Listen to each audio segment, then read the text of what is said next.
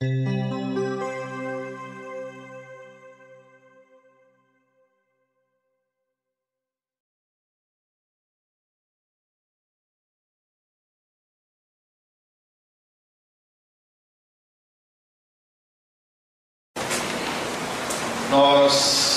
vamos continuar a ministrar sobre conflitos da vida e nós vamos dar uma recapitulada e pegar o fio da meada. E cada vez que eu tenho que rever e meditar naquilo que eu vou trazer para os irmãos, e nisso está o que eu tive que rever, que já foi dito aqui tantas vezes, cada vez eu me conscientizo de que eu e você não podemos captar todas as coisas de uma só vez. E a repetição é necessária, é indispensável. A Bíblia é um livro de repetições, do início ao fim. A mensagem basicamente é uma só, mas ela se repete de forma variada, de forma diferenciada, para que nós não cansemos de ouvir, mas a mensagem sempre é muito semelhante em cada livro da Bíblia. E é maravilhoso o fato de que Deus pode dizer-nos de forma variada, de acordo com inúmeras circunstâncias que variam, aquilo que Ele tem a nos ensinar. Nós já trouxemos 4 mensagens sobre esse tema, essa é a 5ª. Estamos compartilhando experiências que tivemos quando fizemos o curso Conflitos da Vida. E algumas experiências a maior parte delas são do pastor Larry Coy, que trouxe o curso. E continuamos a insistir que você faça anotações. Quando nós ouvimos, nós aprendemos. Quando anotamos, aprendemos mais. Quando revemos o que anotamos, aprendemos ainda mais. Então, habitue-se a fazer anotações, e não só para anotar, mas para depois voltar a elas. Nós já vimos que as mensagens têm o propósito de responder 3 perguntas. Primeiro, como ser uma pessoa bem-sucedida. Vimos que a vida é basicamente simples, mas ela se torna complicada quando nós quebramos os princípios que Deus estabeleceu na sua palavra.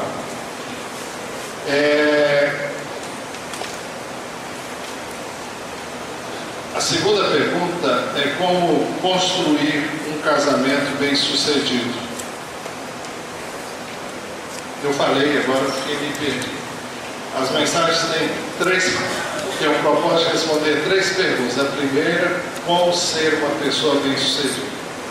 A segunda, como construir um casamento bem-sucedido. O casamento bem-sucedido é construído quando um cônjuge vê a vida do ponto de vista do outro cônjuge. A terceira é como ser pais bem-sucedidos. Pais bem-sucedidos são aqueles que olham a vida do ponto de vista dos filhos. Bem, nós vimos que a nossa vida é composta de 3 partes: espírito, alma e corpo. Isso está em 1 Tessalonicenses 5:23. Nós vimos que há certas leis físicas que governam o universo. Se nós violarmos uma dessas leis, nós vamos sofrer as consequências correspondentes a estas mesmas leis. Vimos que Deus sempre opera de acordo com as suas leis físicas. Seja a pessoa crente ou não, elas funcionam sempre. Vimos também que o nosso corpo opera de acordo com os nossos sentidos: visão, audição, paladar, tato e olfato. São através desses sentidos que nós obtemos impressões através do nosso corpo. Vimos que há também leis mentais ou leis psicológicas, E vimos que o nosso sistema psicológico abrange mente, emoção e vontade. Mente, envolve pensamentos, emoção, sentimentos e vontade, para que nós tomemos decisões e façamos escolhas. Vimos que o nosso sistema psicológico opera na base da lógica. Se quebrarmos certas leis psicológicas, vamos ter problemas mentais ou conflitos mentais. Nós vimos que encontramos pessoas que sabem que têm amargura, mas não sabem como resolver o problema da amargura. Isso porque elas não podem encontrar a solução através do seu raciocínio, porque isso é um problema espiritual e se resolve com princípios espirituais. Vemos que no nosso espírito está a nossa consciência. E a nossa consciência é a voz do nosso espírito. A nossa consciência nos permite conhecer quando nós estamos violando as leis e os princípios de Deus. Quando estamos violando estas leis espirituais de Deus, há consequências inevitáveis na minha, na sua, na de quem violar esses princípios. Há princípios na palavra de Deus que nos ensinam como podemos viver uma vida bem-sucedida. Quando eu violo um desses princípios, há uma consequência correspondente na minha vida. Esses princípios que nós estamos mostrando, que já mostramos eles, vamos apenas revê-los rapidamente, tem como base as bem-aventuranças. Os princípios não são as bem-aventuranças, mas das bem-aventuranças nós extraímos princípios. E são 8 os que estamos destacando. E a primeira bem-aventurança, de onde tiramos princípios, se refere-se à humildade de espírito. Bem-aventurados pobres de espírito, pois deles é o reino dos céus. Pobre de espírito é uma pessoa pobre no sentido de que não tem... É um pobre coitado, não é isso não. Pobre de espírito é uma pessoa humilde. Trata-se de alguém que submeteu-se a Deus e colocou Cristo em primeiro lugar na vida. Ninguém pode ir a Deus e receber Cristo como Senhor em sua vida, a menos que ele se quebrante e seja humilde. Humilde o bastante para reconhecer que ele precisa de Deus. Humilde o bastante para reconhecer que ele não pode salvar-se a si mesmo. Ele precisa de Cristo para ser o seu Salvador. E ele deve submeter-se ao seu governo e ao seu senhorio. Então, o princípio que está por trás dessa bem-aventurança são 2, basicamente. O princípio da salvação, que tem como base a humildade, e a compreensão do princípio de autoridade. Ninguém pode se submeter a ninguém, a menos que ele entenda que aquela pessoa é colocada na vida dele como autoridade. Se ele se submete à autoridade de Deus, ele aprenderá que deve submeter-se à autoridade daqueles que Deus colocou em posição de autoridade sobre eles. Para isso é necessário humildade. O resultado de viver esse princípio é a vida eterna.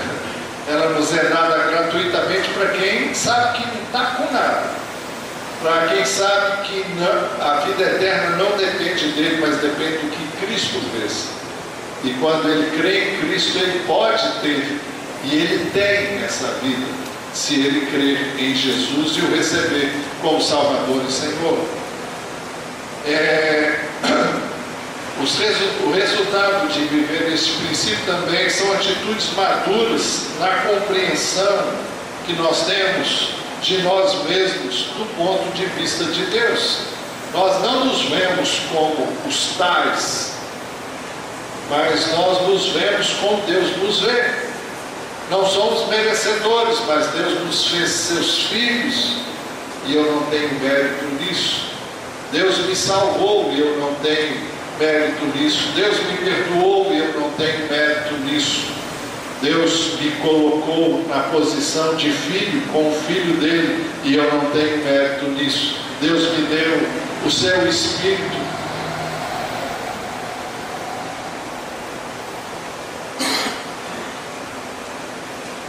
Me deu vida.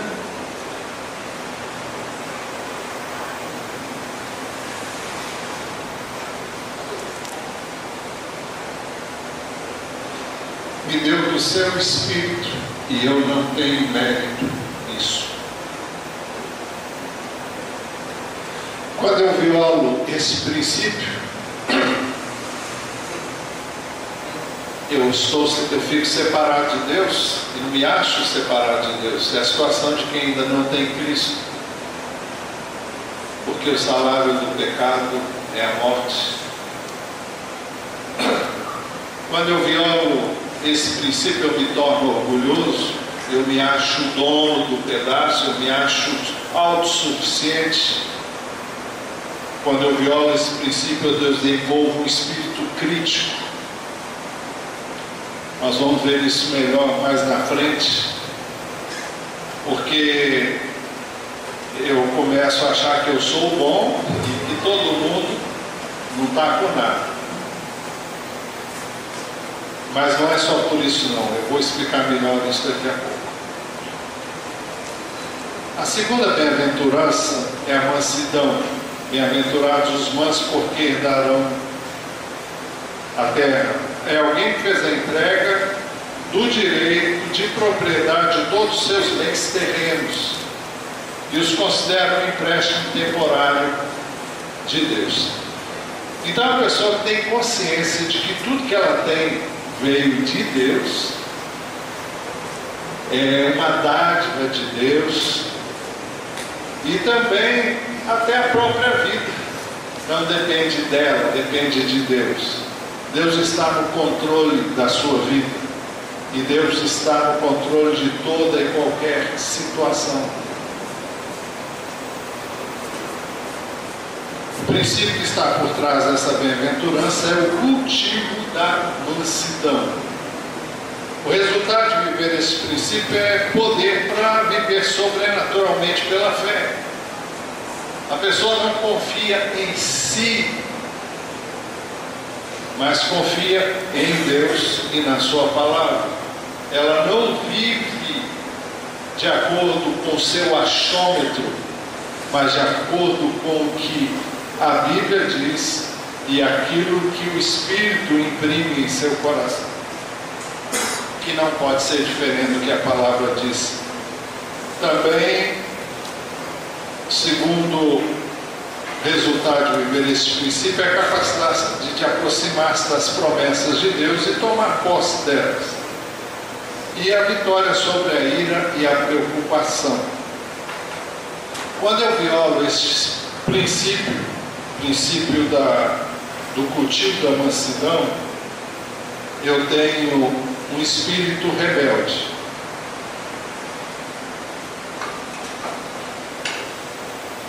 Eu tenho um espírito rebelde. É quando eu acho que o meu pensamento é melhor do que o de Deus. Eu penso que a minha ideia, Deus não deve ter pensado nisso.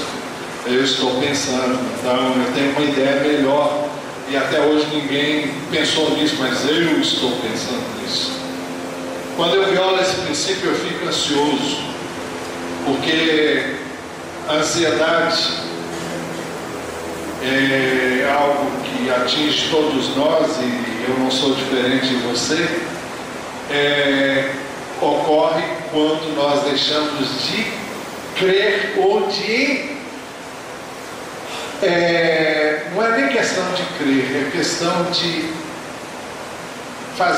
deixar a ficha cair, para que nós entendamos que eu e você não temos domínio sobre nada, nem sobre o tempo, nem sobre o que temos, nem sobre nada. Podemos e devemos planejar, devemos ser precavidos, devemos ser prudentes, devemos ser sábios na administração do tempo, na administração dos bens, dos recursos que temos, mas não está em nossas mãos controlar isso. É verdade, eu tenho que fazer a minha parte, você tem que fazer a sua, mas eu não tenho domínio sobre essas coisas. Essas coisas estão no poder de Deus. E quando entendemos isso, nós deixamos de ficar ansiosos.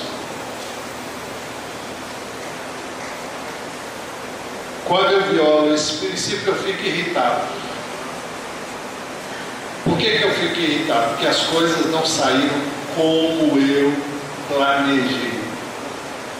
Porque as coisas não ocorreram no tempo que eu planejei para a minha vida.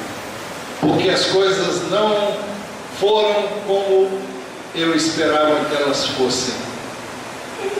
Então, e quando eu me vejo, por exemplo, preso num trânsito, e eu tenho um compromisso, tenho um horário, e eu estou preso e eu não consigo sair dali, não tenho como resolver esse problema, ou eu descanso inteiramente em Deus, ou então eu vou ficar irritado e eu começo a xingar. Você já viu pessoas que vão no trânsito xingando todo mundo? O cara fecha ele e ele solta os cachorros em cima do cara. Se o trânsito está parado, ele começa a ficar... Meu pai, não há quebra clara do princípio da mansidão. Por isso que quando eu violo esse princípio eu fico irritado. A terceira bem-aventurança, misericórdia. Mateus 5,7, bem-aventurados os misericordiosos, pois obterão misericórdia. É alguém que tem simpatia, mostra amor e perdoa sinceramente aqueles que o ofendem. O princípio que está por trás dessa bem-aventurança é o princípio do espírito de perdão. Resultado de viver esse princípio é poder para compreender o amor de Deus. Você já parou para pensar que nós só podemos entender o amor de Deus quando nós entendemos o perdão de Deus? Uma das coisas mais extraordinárias que nós recebemos de Deus é o perdão. Você já parou para pensar que muitas vezes nós somos mais rígidos do que Deus é conosco?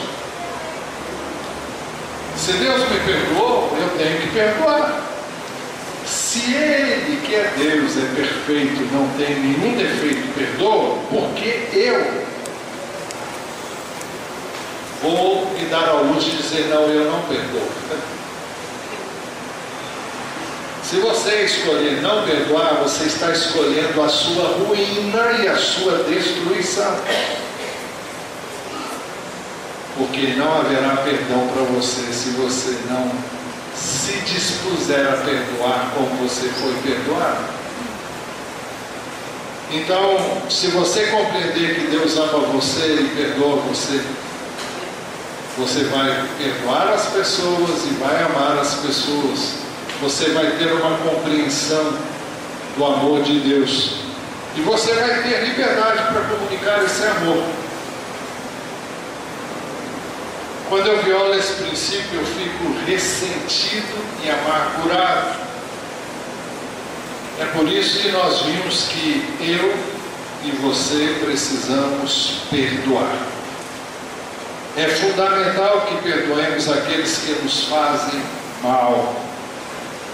A verdade é que se fizermos isso, por ser essa a vontade de Deus, o nosso lucro será muito maior do que o dano que alguém conseguiu nos causar. A quarta bem-aventurança é a pureza de coração. Bem-aventurados os puros de coração, pois verão a Deus. Trata-se daquele que limpou o seu coração, ou melhor, foi limpo, através do perdão que Deus oferece, através da confissão de pecados.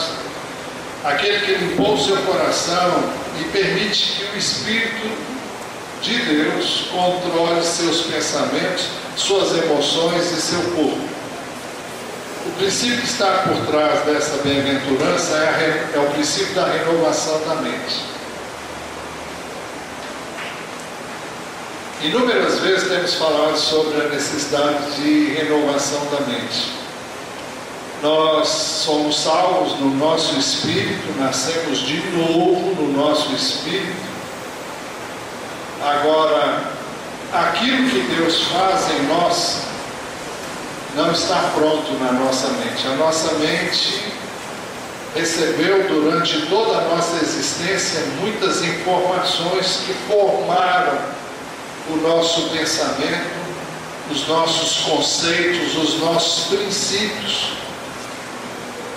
E tudo isso precisa ser refeito, feito de novo, através do conhecimento de Deus, através da sua palavra. E não se trata de... Tem uma expressão que era muito usada antigamente, como é que fala? Quando fazem um trabalho na sua mente, lavagem cerebral. Não é nada disso não.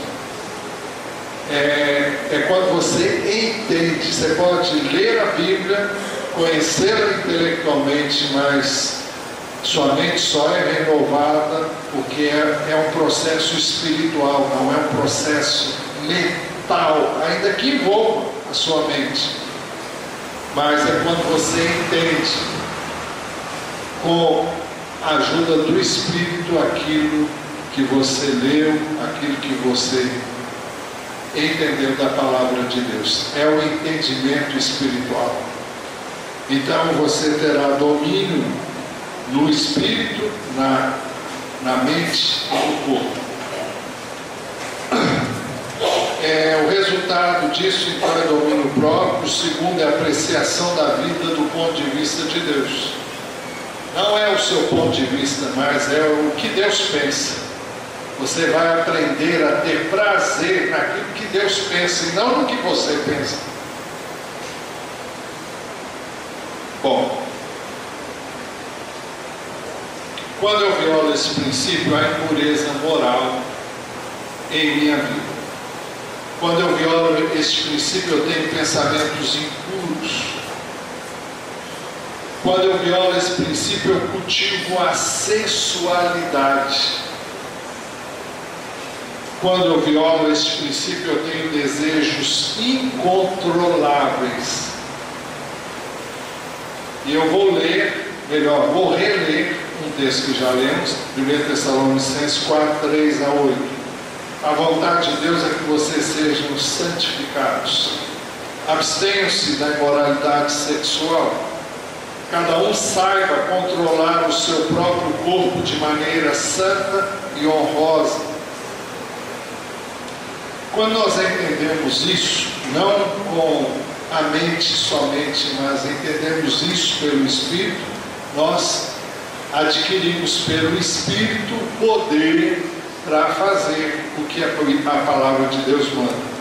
Cada um saiba controlar o seu próprio corpo de maneira santa e honrosa, não dominado pela paixão de desejos desenfreados, como os pagãos que desconhecem a Deus.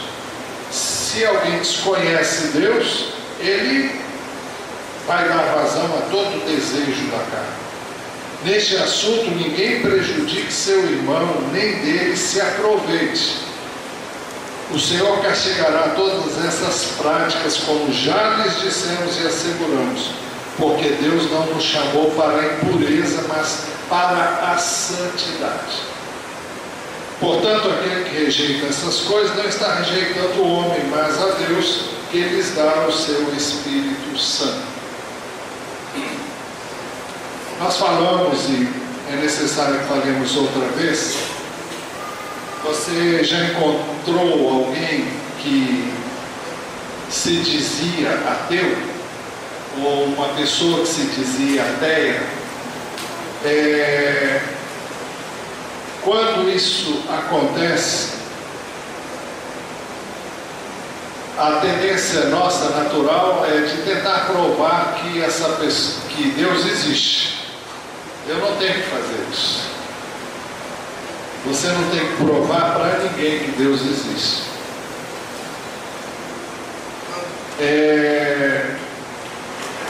Larry Cohen disse que ele fez isso durante muito tempo, até que ele concluiu que as pessoas não são ateias do nada. Elas se tornam ateias quando elas se defrontam com um princípio de Deus, com uma palavra de Deus, com um ensino de Deus, e elas têm duas alternativas. Ou elas creem, elas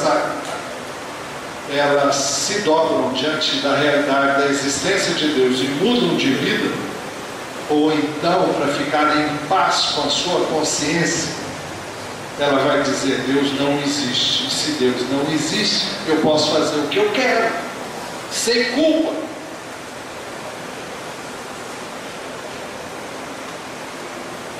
Tais pessoas que se tornam ateias num determinado momento da vida vão poder dizer que isso aconteceu num determinado momento,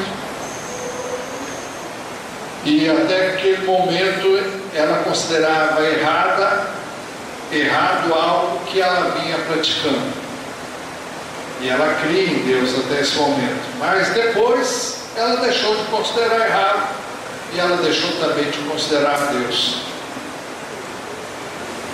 Então sempre tem um problema moral envolvido nisso. Algo feito em secreto, mas algum pecado que alguém cometeu com outra pessoa.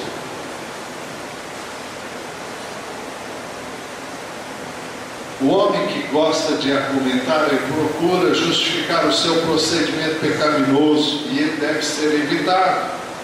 Quanto àquele que provoca divisões, advirtam uma primeira e segunda vez. Depois disso, rejeite. Por que você vai rejeitar? Você não pode admitir, não pode ter comunhão com alguém que definitivamente se recusa. Eu estou falando de irmãos, hein? Eu estou falando de irmãos que têm um comportamento totalmente diferente da palavra e diz que é irmão. Então você vai rejeitar essa pessoa. Você vai rejeitar, ou se você quer ser irmão, quer ser considerado como irmão, então age como irmão. Agora, se você quer viver uma vida separada de Deus, então é uma escolha que essa pessoa vai fazer. O texto diz: você sabe que tal pessoa se perverteu e está em pecado, por si mesma está condenado. Na realidade, a Bíblia nos leva a entender o seguinte: uma pessoa que num determinado momento da vida, que está na igreja, e de repente ela se volta e diz: olha, Deus não existe, ou eu não creio mais em Deus, ela nunca creu. Na realidade, ela não nasceu de novo. Essa é a verdade. E por isso ela tem que ser confrontada, para ela saber que realmente não há como ela permanecer no meio do povo de Deus tendo esse pensamento. As nossas mentes nunca foram feitas para conservar a culpa. Se eu não aceitar a conclusão de Deus acerca de algum pecado, a coisa mais fácil para mim vai ser declarar que Deus não existe.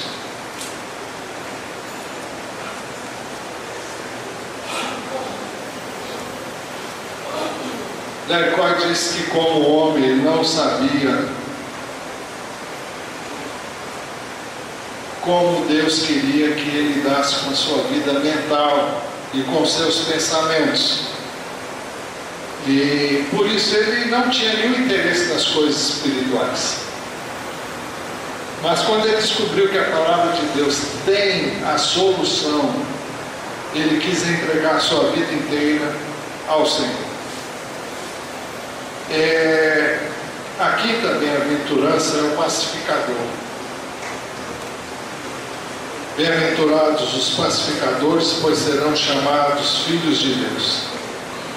É alguém que se dispõe a admitir que está errado e pede perdão a todos a quem ofendeu. O princípio que está por trás dessa bem-aventurança é o quinto princípio, tornando-se transparente. Transparente é a pessoa que não tem medo de encarar o seu pecado, a sua fraqueza, a sua limitação. Ela não esconde, ela não é falsa. Ela realmente expressa o que ela sente, embora nem tudo que você sente deve ser expresso, mas eu estou falando de autenticidade, de transparência, de verdade. Eu estou falando de falar a verdade, de viver na verdade. O resultado de tornar-se transparente é que você tem condições de revelar um amor autêntico, um amor verdadeiro, e não um amor falso. Não aquele amor de quem adula,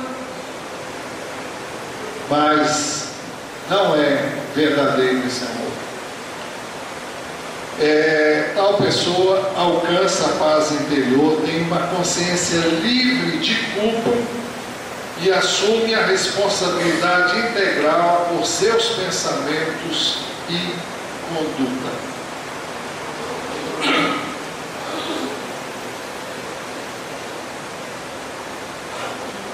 Quando eu violo esse princípio, eu tenho culpa e uma atitude crítica. Romanos 2:1 diz assim: portanto, você que julga os outros é indesculpável, pois está condenando a si mesmo naquilo em que julga, visto que você que julga pratica as mesmas coisas. A tendência de quem tem culpa é atribuir culpa aos outros. É como se ela dissesse: olha, eu erro, mas você também erra.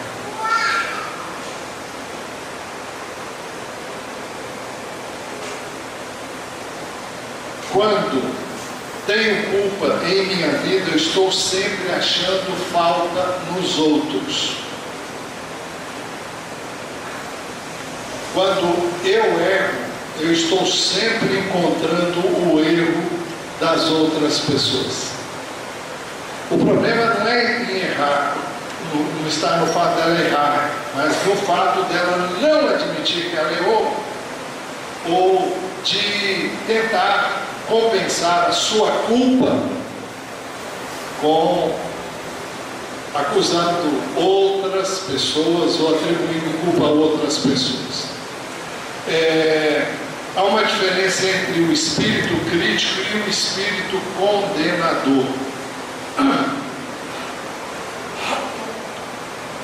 O espírito condenador é porque eu fiz uma coisa errada para outra pessoa.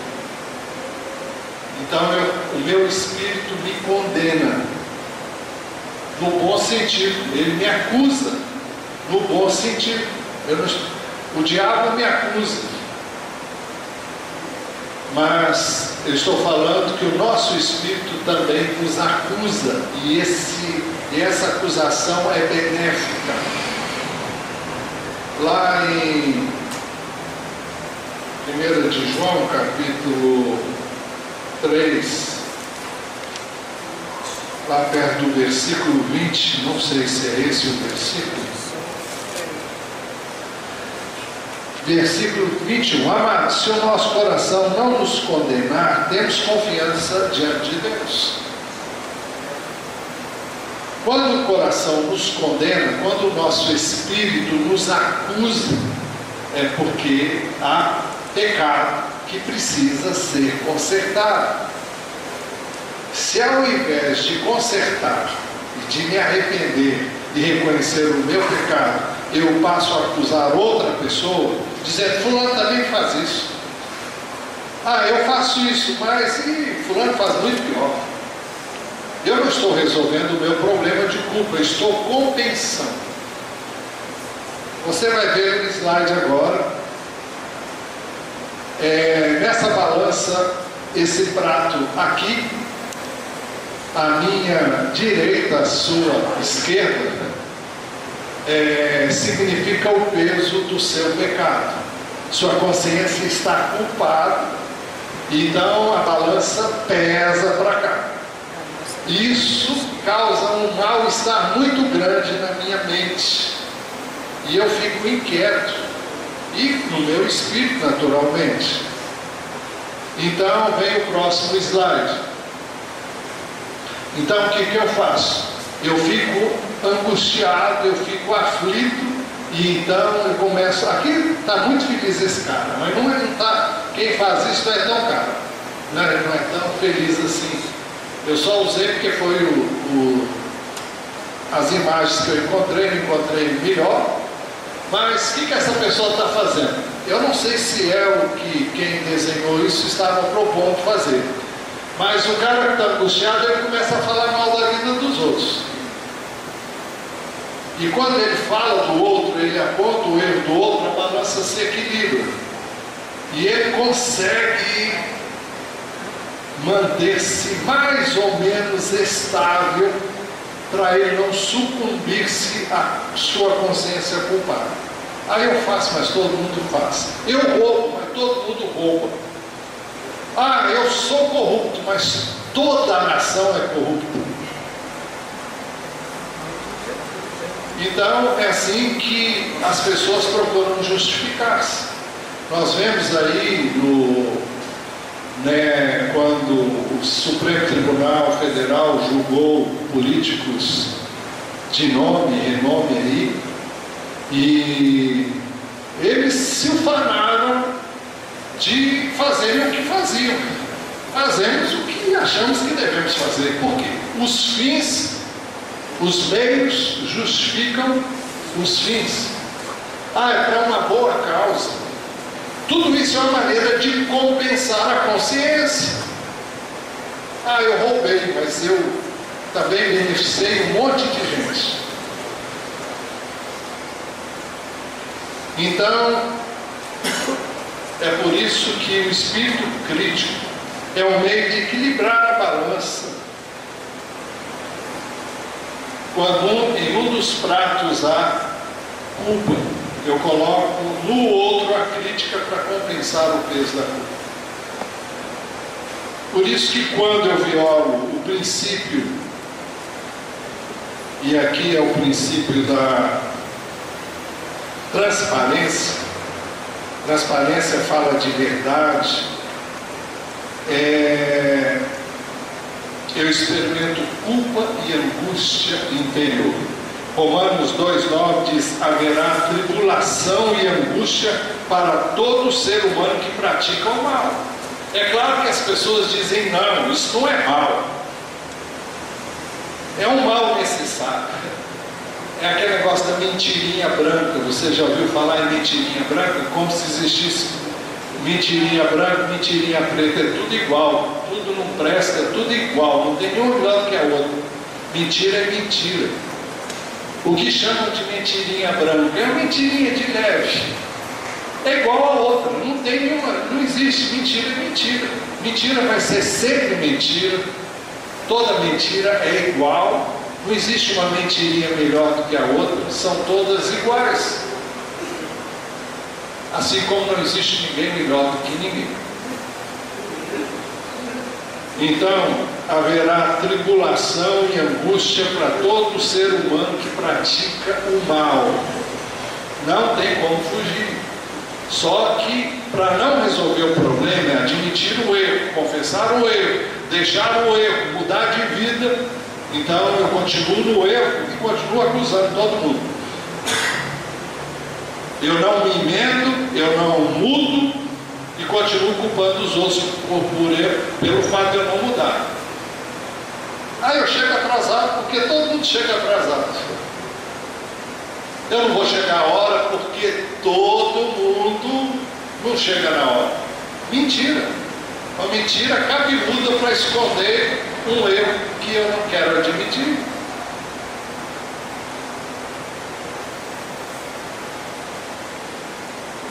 Sexta bem-aventurança é o faminto e sedento de justiça. Bem-aventurados que têm fome e sede de justiça, pois serão satisfeitos. Trata-se daquele que deseja agradar ao Senhor, ao ponto de seu alvo ser o de formar, o de tornar cada princípio das Escrituras uma parte natural da sua vida. Veja, a sexta bem-aventurança é o faminto e sedento de justiça. Bem-aventurados que têm fome e sede de justiça, pois serão satisfeitos. Repetindo, é aquele que quer agradar a Deus e tem como alvo tornar cada princípio das Escrituras como uma parte natural da sua vida.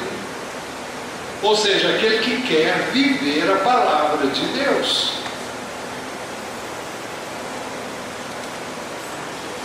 O princípio que está por trás dessa bem-aventurança, o sexto princípio, é um plano sistemático de estudo da palavra de Deus.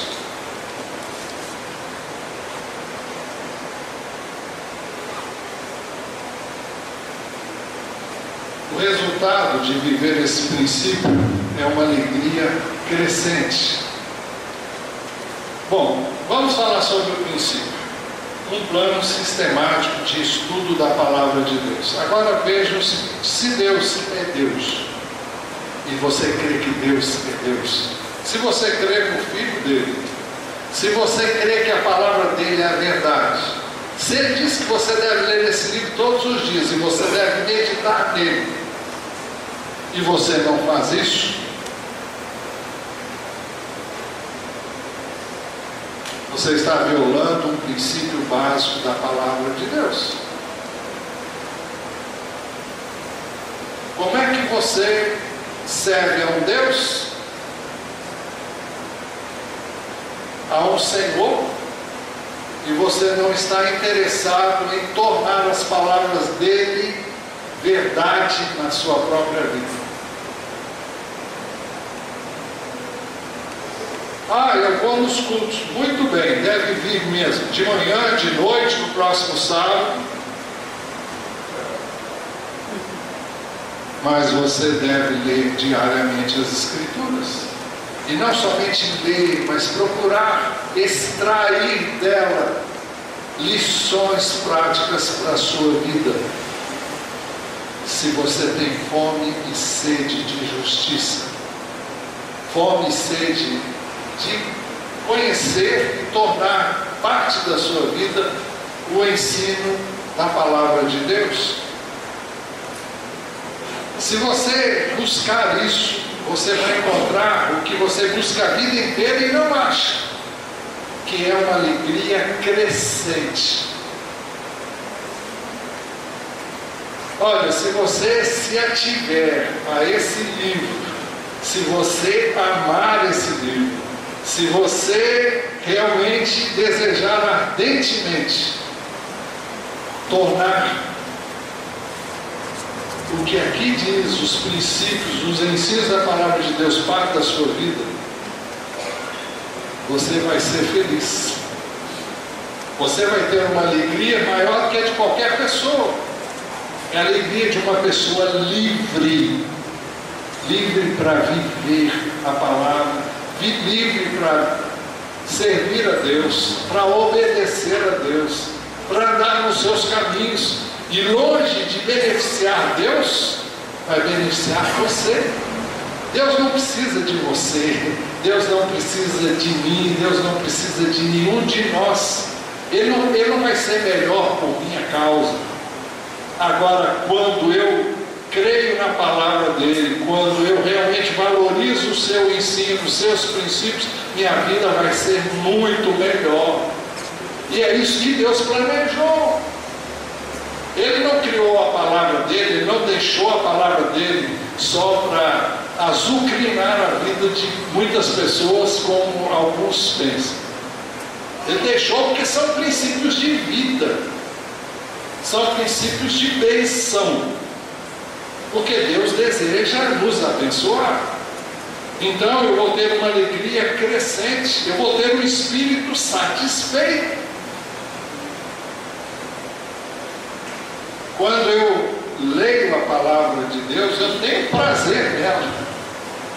Isso me satisfaz. E quando eu vivo isso, eu fico mais feliz ainda. É por isso que o Salmo 19,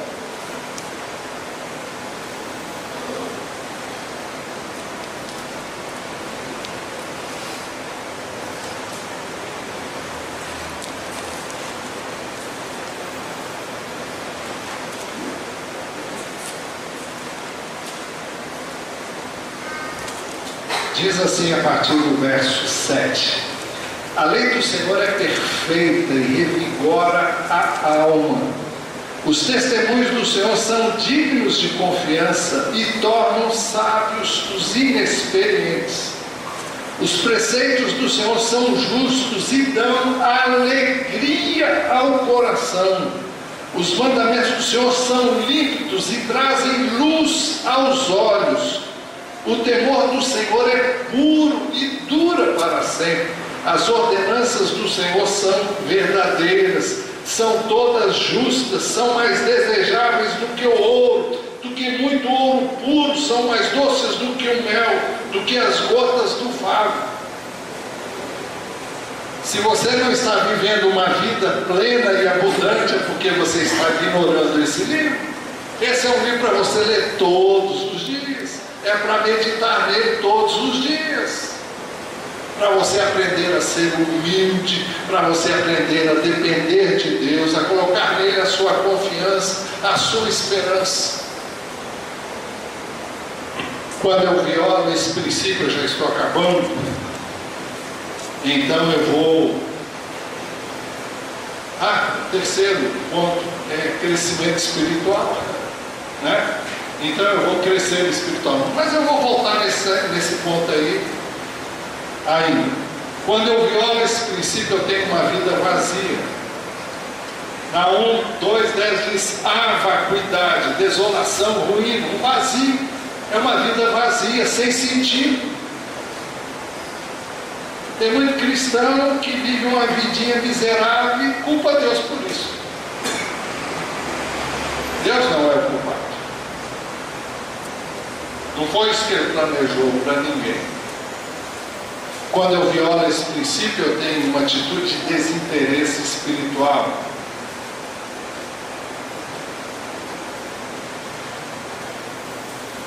Primeiro Coríntios 3, de 1-3. Irmãos, não lhes pude falar como a espirituais, mas como a carnais, como a crianças em Cristo. Dei-lhes leite e não alimento sólido, pois vocês não estavam em condições de receber. De fato, vocês ainda não estão em condições, porque ainda sois carnais. Porque, visto que há inveja e divisão entre vocês, não estão sendo carnais e agindo como mundanos? Que Paulo está dizendo o seguinte: olha, eu não pude ir muito adiante com vocês. Eu tenho que dar para vocês leitinho. É um leite que é alimento básico para um bebê, para uma criança recém-nascida. Eu queria dar coisa melhor, coisa mais profunda, mas vocês ainda estão tão desinteressados, vocês estão tão frios, tão indiferentes ao que já receberam. Então é como se eu tivesse que começar tudo de novo. Há pessoas que têm 20, 30, 40 anos de carreira cristã e parece que não cresceram nada.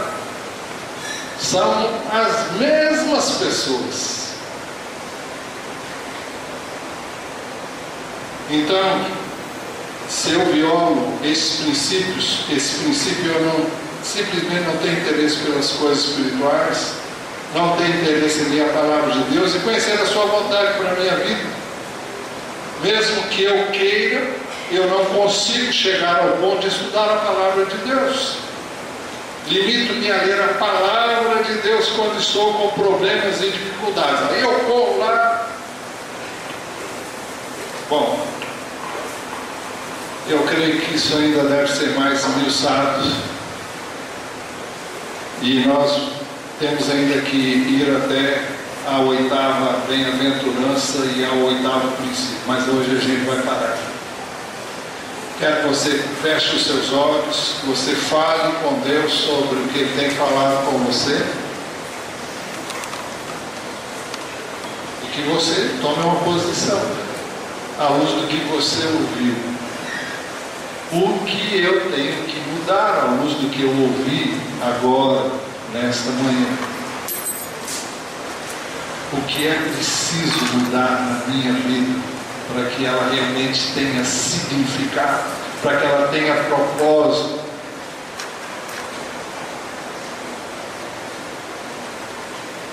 Se há pecado, confesse pecado. Se tem que consertar com alguém, conserte, mas mude de vida e saia dessa situação de indefinição. A Bíblia diz lá no livro de Apocalipse: porque não és frio nem quente, estou a ponto de vomitar-te da minha boca. Nós temos que nos posicionar em relação a Deus. Não podemos continuar a viver uma vida de superficialidade. Não há como viver esse tipo de vida de conformismo com o mundo. Ou somos ou não somos, ou somos comprometidos ou não somos, ou nos envolvemos ou não, mas em cima do muro não dá para ficar. E o Senhor disse que não dá para aguentar uma pessoa que não se posiciona. E não é por causa, não é por outra razão senão por você mesmo. Não há como abençoar alguém que não está fazendo o que ele planejou para você, senão você nunca vai querer chegar lá. Se estamos vivendo uma vida de escassez, de miséria espiritual, de falência espiritual, a culpa não é de Deus, não é da sua palavra, a culpa é minha, é sua, é nossa. Basta que nós confessemos o nosso pecado e nos disponhamos a fazer aquilo que Ele planejou para o nosso próprio bem.